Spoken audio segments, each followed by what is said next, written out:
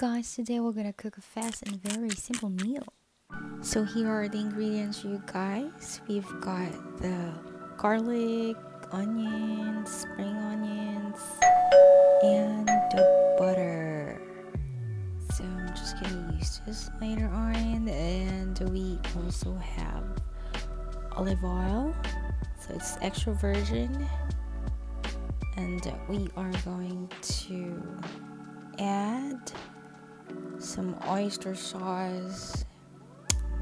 You guys, this is a gluten-free oyster sauce because I couldn't eat gluten and I couldn't have like soy sauce. I was supposed to put some soya, but I'll use it instead. And also the gluten-free flour, all-purpose flour already, but you can use the ordinary flour if you want to.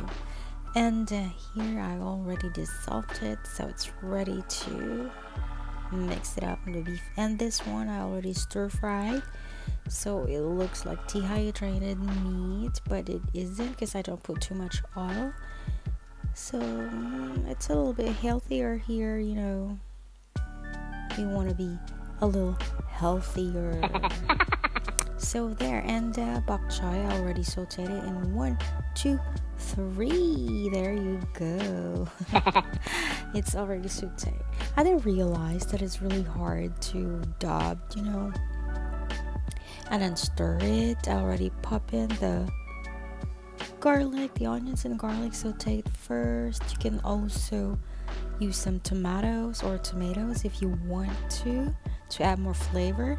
But in this one, I opted not to put some tomatoes. Instead, I'm putting in my stir-fried beef. Okay, so there's not so much fat in it, you guys. I don't know which part is this, but you know, any beef will do. And just going to give it a stir, you guys, slowly but surely. The good thing is, since you've already stir fry the beef, so it still has the good texture. You don't want to ruin your beef, you know, and ended up with ground beef instead. I'm just kidding. So there, I'm giving it a stir, and then we're gonna pour in hot water, some hot water, like half a cup. It depends on how much water you wanted to put. But then for me, I actually put a cup of water and let it boil. You can also cover it. Before you cover it, of course, you want to add flavor like salt and pepper. Just a little bit drizzle. Yes, and you can add a little bit more if you want to. Well, it depends. As for me, I don't really like it salty. I'm not really used to salty food, you know, and spicy. But you can always add more. It all still depends on you guys. Now give me a little stir. Stir. Why do I always stir? This is ridiculous, you guys. I'm just kidding. Now we're just gonna have to wait until I put the thick oyster sauce. You guys, you can always use a soy sauce, but you know, as I've mentioned earlier, as you all know, I couldn't eat soya. I'm allergic to soy sauce, and you know, it has gluten also, so I couldn't. So I opted to just use the gluten-free thick oyster sauce, and you can always change the sauce that you want. If you want a sriracha or whatever it is, you know, spicy, then you can always. And I'm adding in a little bit of oyster sauce and a little bit of hot water. I am just trying to see how much should I put more, or should I just leave it like that, and I give it a little bit stir. And yes, it's going to look good. As you can see, there's not so much oil in it. You can't see any oil because I don't put too much oil, or in this recipe I just use a butter and a little bit of olive oil, and I'm covering it. After that, I'm going to put red hot chili flakes, or like you can put green chili, red chili, whatever you want to. It's okay.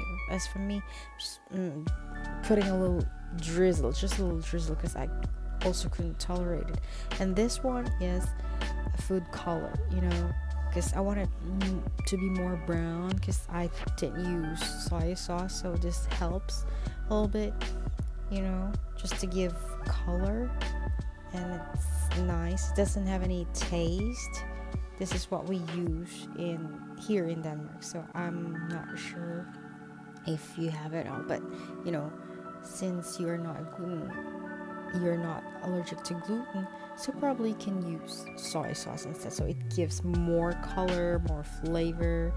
This is also flavorful, you guys, because oyster sauce is like sweet and salty, but it doesn't give like the soya effect, like the smell, but it smells so good as well.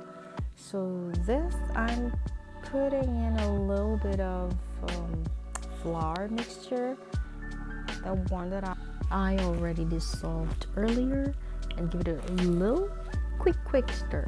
You guys, the bok choy is looking so good,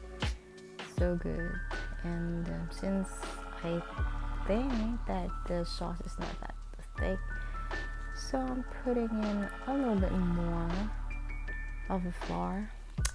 I'm really being careful about this flour because gluten-free flour is really thick in consistency. And now we're done, almost, you guys. I'm putting in the spring onion. Okay, this is just for like garnish, but I wanted to cook it a little bit more. I want it a little bit soft, in consistency.